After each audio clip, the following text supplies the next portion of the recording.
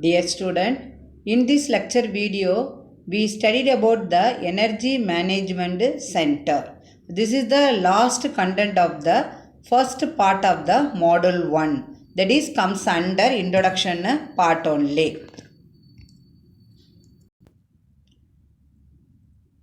Under Energy Management Center, we studied about the definition and then what are the parts of that means Energy Management Center, function and operation of the Energy Management Center. The first one is Electrical Energy Management System, or that means Energy Management Center, are an important function for the reliable and efficient operation of the interconnected power system. Again, once again I told what is mean by reliable. Reliable is nothing but we maintain the constant frequency, constant voltage and then level of reliability. Then efficient operation, okay, both only decided the important function of the energy management system. The second one is the energy management system is related to the real-time monitoring. This is the real-time. That's why I told automatic generation control AGC. Real-time monitoring, operation and control of the power system. The monitoring, the operation and the control all are in the real-time only with the help of automatic generation control. The information from the interconnected power system is read through a remote terminal unit. The shortest notation is RTU, an integral part of the SCADA to an emergency, that is the Energy Management System EMS or the Energy Control Center ECC. Okay. Then the energy management system or the center consists of both hardware and software. What is the hardware part? The hardware part is nothing but the remote terminal unit RTU, intelligent electronic device IED, and then the protection and computer networking. These are the example of the hardware part of the energy management system EMS. What are the software part of the energy management system is application programs for the network analysis of the interconnected power system. In the energy management system, the application programs are run in a real-time basis only, as well as the extended real-time environmental to keep the power system in a secure operating state. Which one is secure operating state? The normal state only is nothing but the secure operating state. If the power system is in normal state, that state only is called as a secure operating state.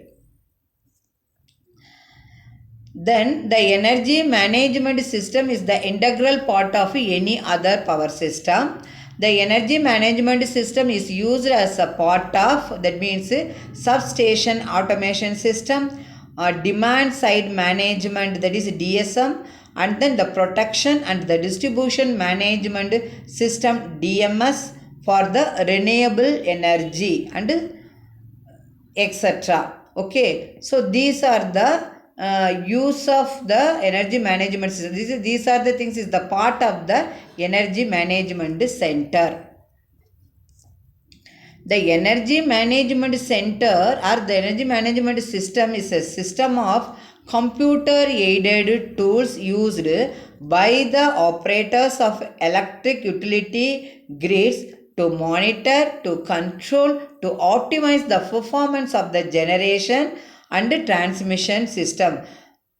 The monitor and the control functions are known as supervisory control, and data acquisition is denoted by SCADA. S for supervisory, C for control, A for and D for data, A for acquisition. The SCADA is nothing but the supervisory control and data acquisition. The SCADA is used to monitor and the control the performance of the generation and the transmission system of the interconnected power system, followed by the several online functions.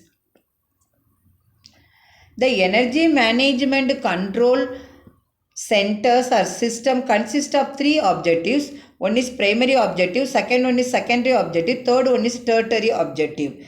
Primary objective means security and stability of the system. Security means what?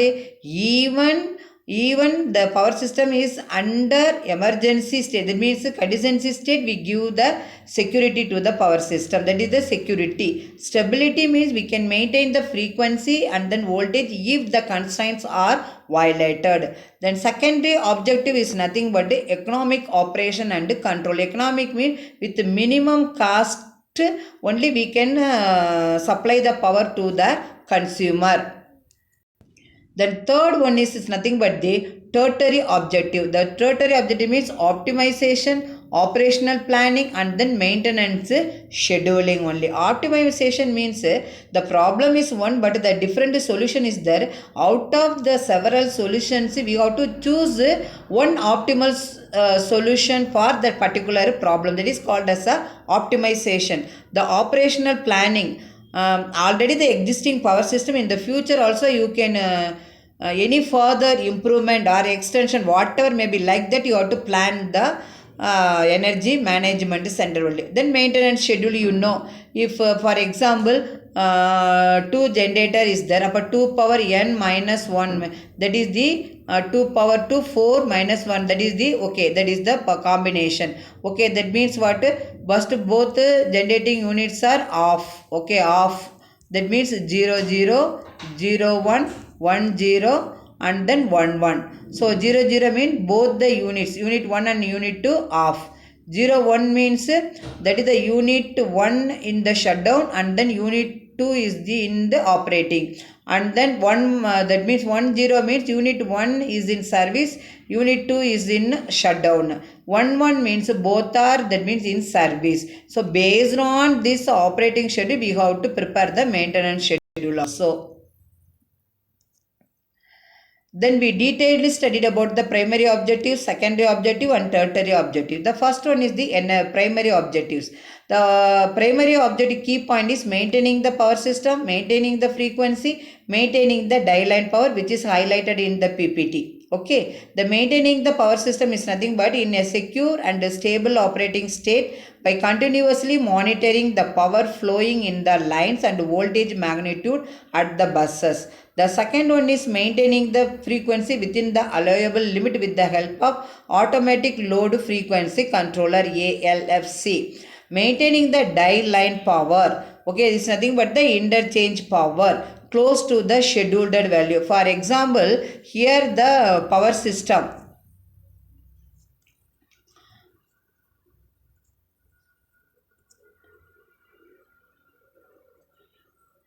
Here, this is the power system A, this is the power system B. Okay, the power transferred from A to B only. Okay, so the through die line only. The scheduled power is, for example, 50 megawatt. So the 50 megawatt is the scheduled die line power. So therefore the 5 megawatt is transferred from A to B. That is the positive die line power. Suppose the power transferred from B to A means that is minus only. So the scheduled power means this is the scheduled power. Then second is nothing but the secondary objective. The secondary objective is nothing but economic operation of the power system, optimal control of the power system, real-time economic dispatch, all are highlighted in the PPT. So the economic operation of the power system through real-time dispatch and control. The optimal control of the power system is performed using both preventive and corrective control actions. The third one is the real-time economic dispatch, that means is done through the real and reactive power control only.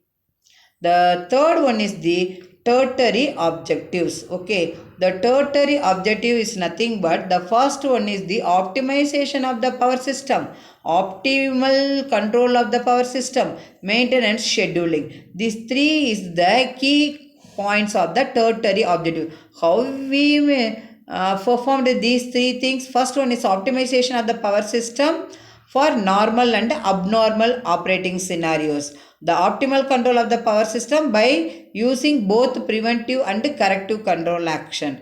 The third one, maintenance scheduling of generation and transmission. These are the tertiary objectives of the energy management system or centers.